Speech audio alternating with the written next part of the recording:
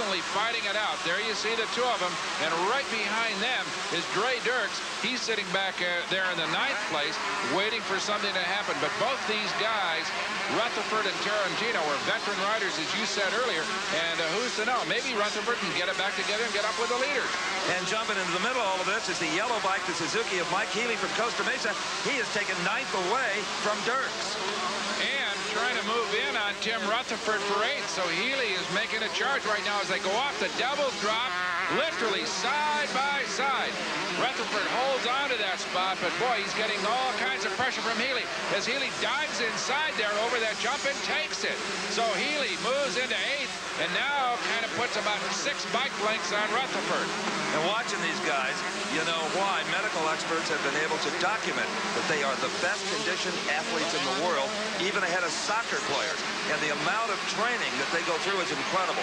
Most of the factory pros go to the gym every day. Some of them have knee problems for obvious reasons and have gotten away from a lot of running, but have taken up bicycle riding, even bicycle racing, to stay sharp. And a bunch of them brought into aerobics.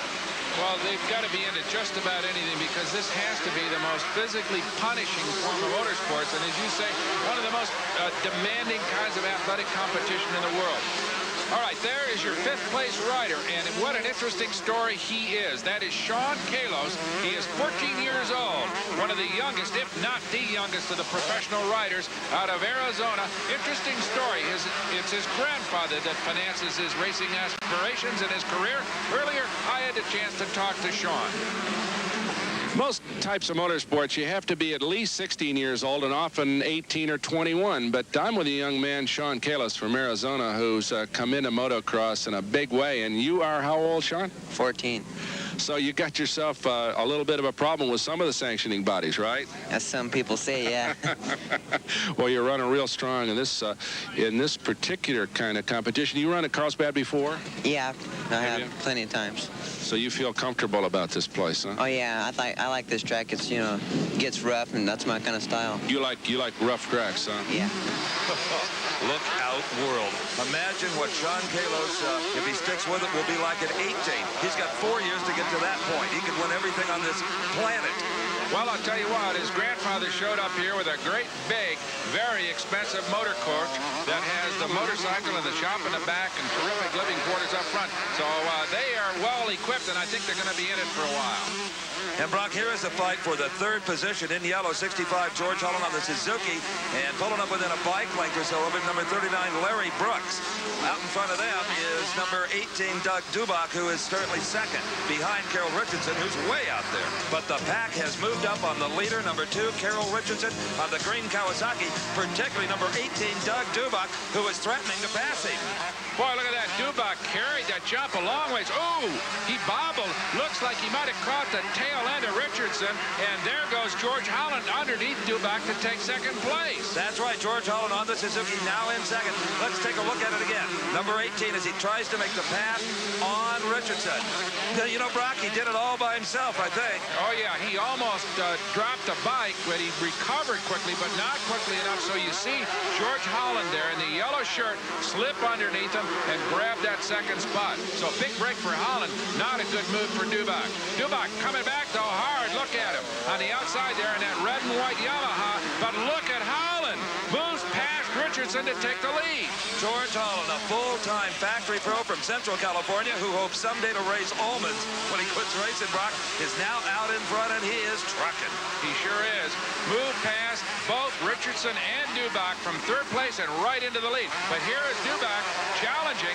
He, too, has gotten by Richardson, so Holland the leader. But right now, Dubach holds 2nd and Carroll Richardson back there in the 3rd spot. So it's Suzuki, Yamaha, Kawasaki, Honda in that order. All the big names here today as we see the leader, George Holland, stretch it out a little bit over Dubach. Look at that young man ride over the Devil's Drop and down to complete yet another lap here at Carlsbad. And it looks as if, Steve, that Holland may be taking real command of this race. I'll tell you, Holland is using every muscle in his body, including his toes, to try to stay out in front of young Dubach and Richardson. Dubach is persistent, to say the least. He sure is. Remember, he bobbled a little bit. That's what lost him 2nd place.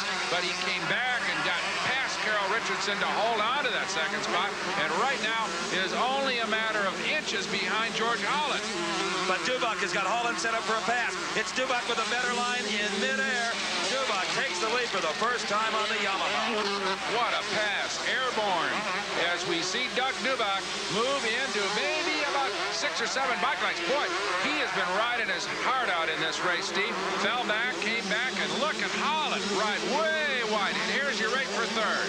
And here's Richardson, number 2, riding wide. Throttle wide open, and now he dives down underneath Larry Brooks' Honda. It is Carroll Richardson battling back to take the third spot.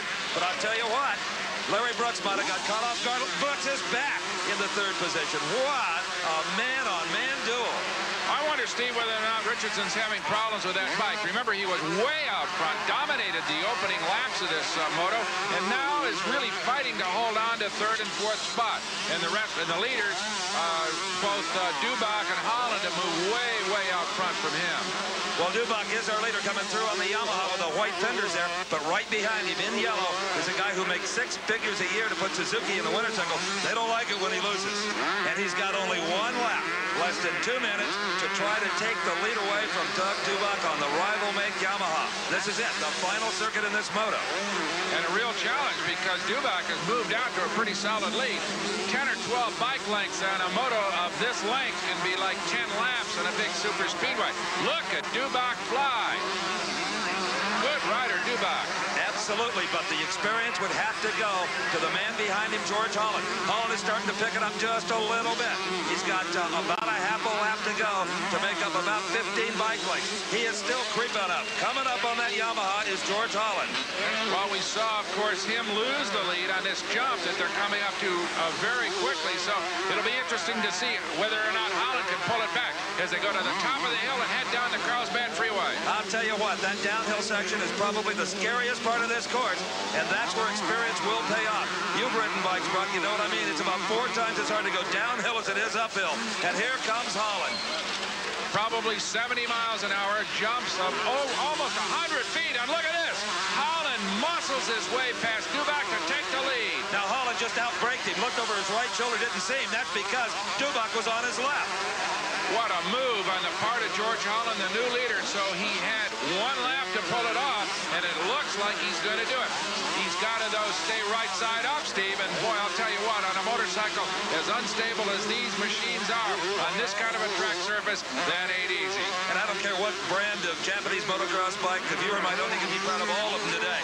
Here is George Holland taking the checkered flag. Holland wins the first moto. Remember, they ride twice on combined score, so no one has won the Golden State Nationals yet. But the man who did win it last year, A.J. Whiting, number 1, he is going to finish in the 10th position, and that's darn respectable considering that at one point in the race he was 25th. So with a better start in that second moto, who knows? A.J. Whiting is not out of this thing yet. On a course as tough as Carlsbad, the second moto could have a whole new set of leaders. But the results of the first moto are official. George Holland wins it on a Suzuki. Doug Dubach on a Yamaha is second. Larry Brooks on a Honda is third. Carroll Richardson on a Kawasaki fourth. 4 different makes in the top 4. Let's go to Brock with the winner, George Holland. Well, George, fantastic race. One of the best. Did you think he could take him? You know, he's sitting back there in third and fourth for quite a while. Yeah, I was kind of holding back, and then I got into second, and then I was kind of having a hard time riding out there. So then the last lap I was on the guy, so I said I'm going to go for it, either pass him or I don't. Where do you seem to have more beans and be able to run him, and where did he have more strength? I think I was mainly getting him on the downhill sections because I think I was leaving it on a little longer, but he had some pretty good lines, and I kind of had a few bad ones, so he was making up some time. I think everybody had a few good ones and a few bad ones. That's a super race. Okay, thanks. Yes, sir. Congratulations. Thanks. Steve? Well, Doug, you had a smile coming in here almost like you won it. Yeah, I thought I had it. I didn't realize how close he was there at the finish. He put a good move, and there was nothing I could do about it except try and get him back. If you'd have known how close, how would you have defensed him? Maybe held the corner a little tighter because the fast line was the line I used, but he did what's called a block pass, and it worked perfectly. Well, congratulations. That was a terrific race. We were all on our feet for that one. Thank you. 1 more moto to go for Doug Dubach. Okay, after the first moto, here are the point standings. George Holland with 41 leads it. Doug Dubach, of course, in the second spot, 38. Brooks, Richardson, and Kalos round out.